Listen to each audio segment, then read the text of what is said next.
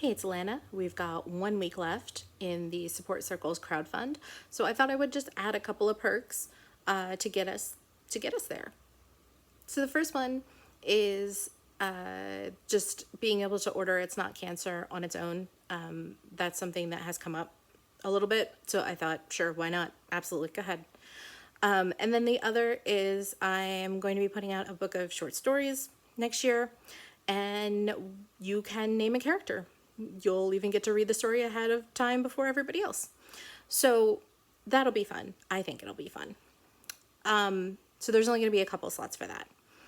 And again, I'm still not going to make it a lot of money because I'm not here to like raise a bunch of money. I am here to get my work into the hands of people who want it.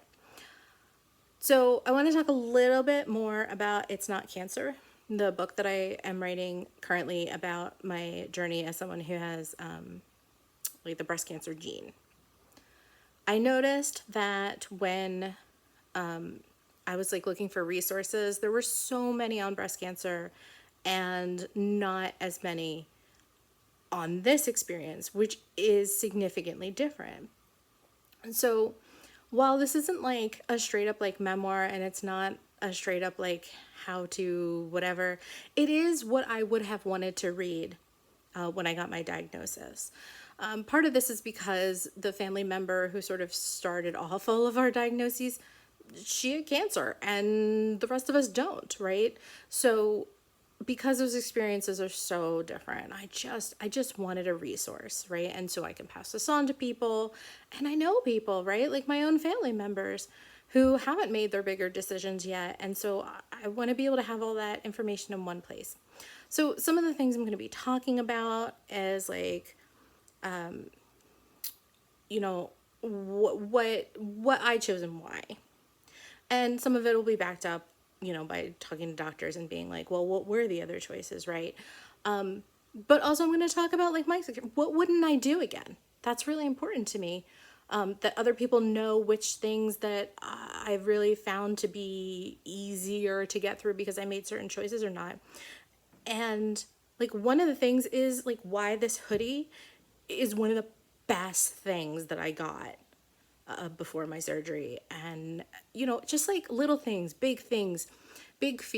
I talk about discovering the word previvor and how complicated that made me feel because I think it sounds awful. And yet it's the only word I really have to describe what I'm going through.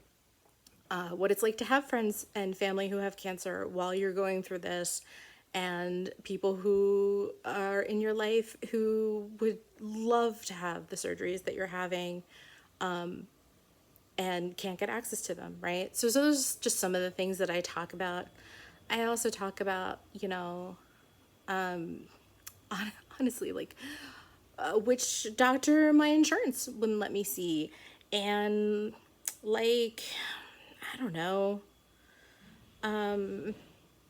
drain paranoia. I don't think that's a real thing, but like it is. It absolutely is.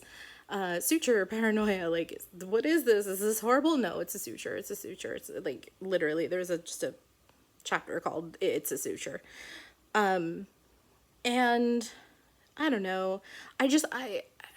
I'm I'm pleased with having something that people can have access to that I would have liked to have access to because honestly, that's why I do what I do, right?